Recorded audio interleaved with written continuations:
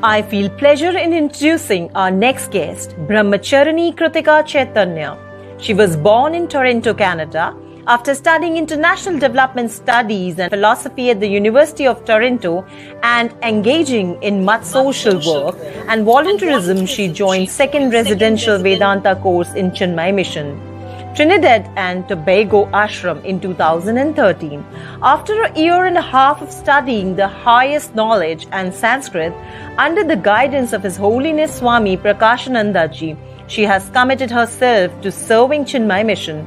She is currently posted in Trinidad conducting public satsangs and classes of adult seniors and young females and assisting with ashram activities and enterprises. So, ladies and gentlemen, please put your hands together to welcome Brahmacharini Krtiikaa Devi. Hari Om, everyone. Let us begin with a short prayer and we will enter into our session. Om Shri Ganeshaya Namaha. Om Shri Saraswatye Namaha. Om Shri Gurubhyo Namaha. Om Sahana Vavatu Sahano Bhunaktu Sahaviryam Karavavahai Tejasvinavaditamastu Mavid Vishavahai. Om Shanti Shanti Shanti. All right, Hari Om, everyone, and thank you for the opportunity to guide this presentation today. So today we are just briefly going to go through a few tips for meditation, and then we will actually do the practice following. So it is in the seat of meditation that we learn to use the mind itself to rise beyond the mind and realize the truth as our own innermost self. So therefore, we have to create new habits in our mind of seeing as our identity in the pure self, as opposed to seeing ourselves as the body, as the mind, and or the intellect. And these habits are already prescribed by our rishis and our shastras in karma yoga, selfless action, bhakti yoga, the study of scriptures, jnana yoga. But in addition to these, we must constantly turn the mind away from all the extroverted pursuits onto the nature instead of the self. So then therefore, we have to reorganize all our daily activities in a way that will prepare us for the inner workings. So that therefore, then when we sit to meditate, then it will be a conducive atmosphere inwardly, not just externally. So Gurudev tells that in the purest form, meditation is the point where the meditator, the meditated, and the meditation merge into one. And so why meditation now? Well, there are many different reasons. There are many different benefits that we see on social media online now. But in accordance with Vedanta, in our oneness study, it integrates the personality that we just spoke of, the body, mind, and intellect. It develops clarity in our thinking. It develops vairagya or detachment to all external things. It experiences our growth in spirituality. It aids in viveka or discrimination. It helps to develop our wisdom. It unites us with Bhagwan, with the Lord, and it will eventually cure us of the 6 impurities or the 6 malas. Kama, which is lust, anger, greed, delusion, pride, and jealousy. All the words are there. The Sanskrit words are there for you. So what aids are there in meditation? Because it's very simple now. I know in Toronto, they have group meditations where everyone goes and sits down and they start to meditate, but then eventually they open one eye to see what everyone else is doing. So what are the aids in true meditation? Well, in Bhagavad Gita in chapter 6, Bhagwan Shri Krishna tells Arjuna, Yuktahara virahasya, yukta cheshashta karmasu, yukta swapnavabodhasya, yogo bhavati dukkhaha. And so he tells, in moderation, there are different sadhanas that we have to practice. So things such as japa, eating, right, pranayama and all. So he tells in moderation, we should be eating. And so what are the types of food that should be eating? Fresh sattvic food that are prepped, cooked, and consumed within 3 hours and only when we are hungry, not when we are bored or need something to do. In recreation also, we should have moderation, and every single activity that we do, every entertainment that we engage in is a type of food that is feeding my senses. In sleeping also, I should be moderate, no more than 8 hours.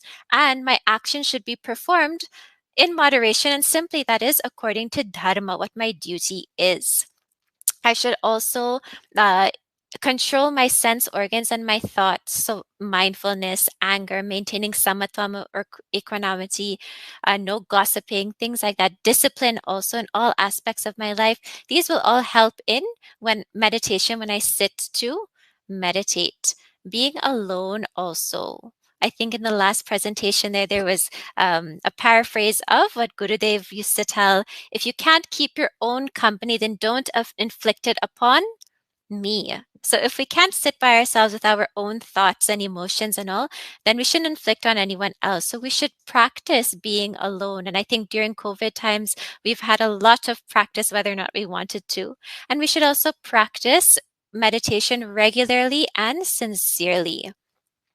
And once these life practices are made into habits, then that sadhak sits for meditation simultaneously. And at a certain point, also, we notice these differences, these changes in our own mind and personality. And so the process that was given by Bhagwan Shri Krishna.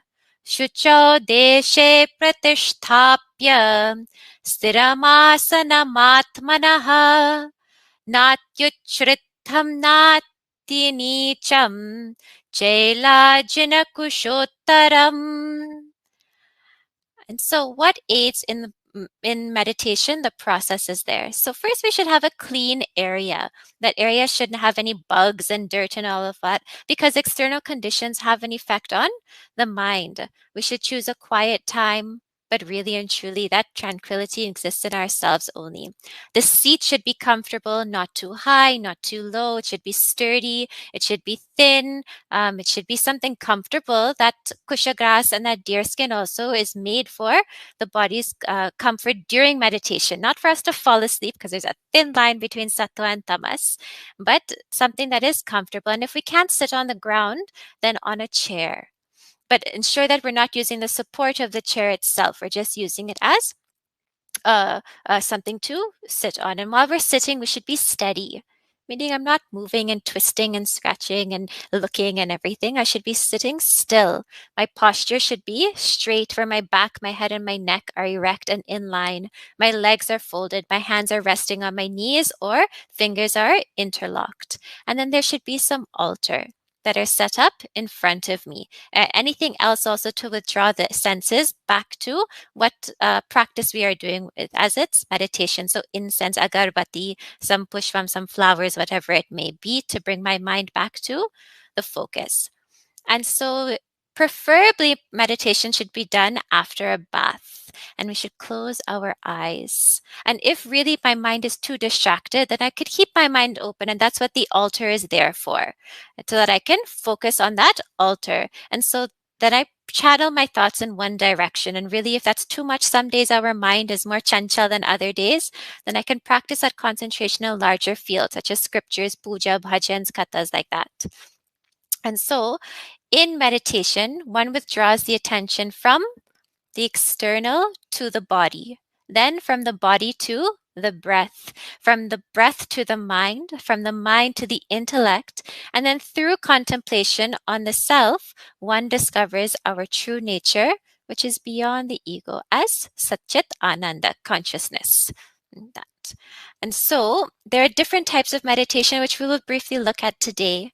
So external to the body, well, I can close my eyes and I can listen to the sounds that are surrounding me. And then I can count them. I can be aware of them. I do a thought massage also, which is where I relax every single part of my body. I bring my awareness to that part, and then I relax the body.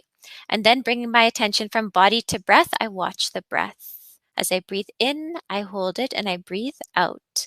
And then I bring that breath to mind, where I am aware of every single thought that is going through my mind, that thought parade that is there.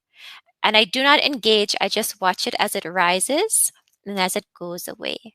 And then mind to intellect as manasa japa, or I contemplate on some uh, uh, meaning or word that I have been studying in my sadhana. And then eventually, then that thoughtless state uh, is reached, and that stops the helper, and I watch the silence. And if I find it that difficult, then I go back to chanting, or I go back to another aid in meditation. So very briefly, we are just going to go through these steps. And if you can join me as you sit up straight and gently close the eyes. Your body is comfortable.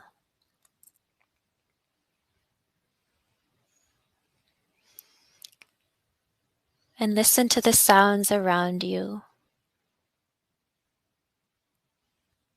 Whether it's birds that are chirping, wind blowing, rain falling, cars passing. And I become aware of these sounds. And if I can, then I can count them. Then I bring my attention to my toes and I relax my toes. I bring the attention to my ankles and my calves and my thighs, and I relax them. To my waist, to my spine, my back, and I relax them. I relax my shoulders, my arms, my fingers. I relax the muscles in my neck, my face, my eyebrows, my head.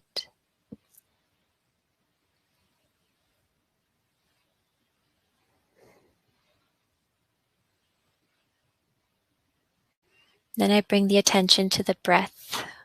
I breathe in and breathe out, and I watch the breath.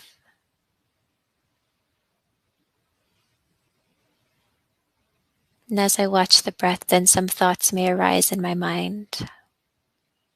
I let them rise. I let them dissipate without engaging.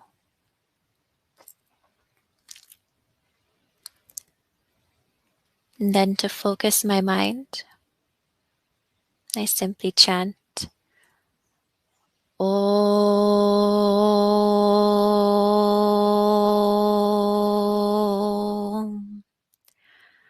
Bhurбhuvaswaha Tat Saviturvarenyam Bhargo Devasya Dhimahi Dhiyo Yo Na Prachodayata.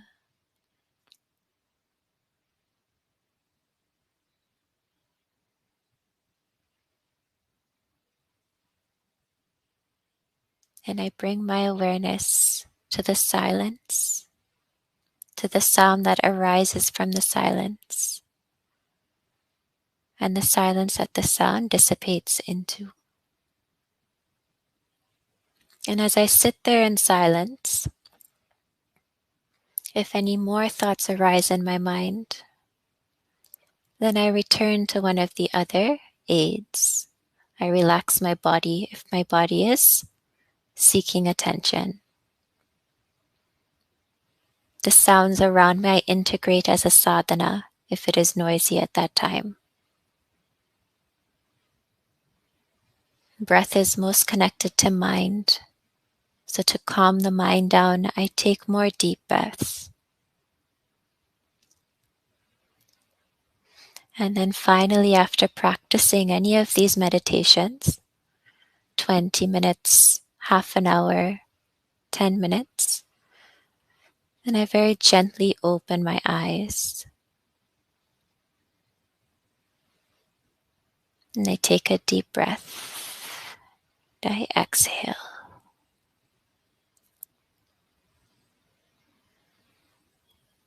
Okay, so that brings us now to time. These are a few tips that you can use during meditation, a few different sadhanas that you can take as you aid in your meditation practice. And it should be practiced regularly and sincerely. Gurudev told Swami Tejamayananda that he should be meditating 24 hours a day.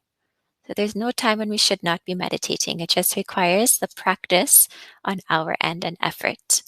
Okay, let us say a closing prayer and I will hand over to the organizers. Om Purnamada Purnamidam Purnat Purnamurachyate Purnasya Purnamadaya Purnameva Vashishyate. Om Shanti Shanti Shantihi. Hari Om Shri Gurubhyo Namaha. Hari Om. Thank you, Hari Om. Thank you. Thank you very much, Krtiikaa ji, for such a deep and beautiful understanding on meditation. It is said that in prayers, God listens to us, and in meditation, we listen to the God. And the way you elaborated it and connected it to Vedanta and Bhagavad Gita both really sinks into the hearts of audience. Thank you very much for blessing us with your presence. Thank you. Thank you, Hari Om. Hari Om. On behalf of United Consciousness, I thank Brahmacharini Krtiikaa Chaitanya for coming onto the platform of United Consciousness. Thank you so much.